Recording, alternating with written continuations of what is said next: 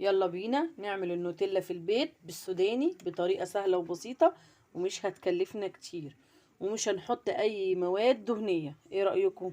بصوا شايفين، والقوام هيتقل معانا اكتر، وينفع كمان نحطها على التورت والجاتوهات. ايه رأيكم؟ يلا بينا.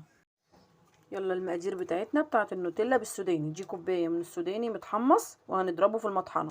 طحنا السوداني بتاعنا بالشكل ده، هنحطه بقى في الكبة بتاعتنا.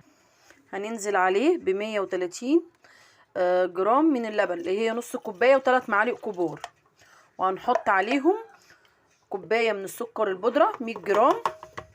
هنضرب كل المكونات دي مع بعض. بنضرب المكونات بتاعتنا كلها مع بعض. هننزل ب100 جرام من اللبن البودره، وهنشغل الكبه بتاعتنا تاني. ضربنا المكونات بتاعتنا. هننزل بالكاكاو، نص كوبايه من الكاكاو الخام ونص كوبايه من الكاكاو المحلى. عايزه تحطي كله خام مفيش مشكله، على فكره الولاد بيحبوها قوي. هنرجع نضرب كل المكونات دي مع بعض، هتبقى معانا كده بالشكل ده كده والقوام ده. هننزل عليها بمعلقتين من القشطه. ادي القشطه هنضربها بقى كويس.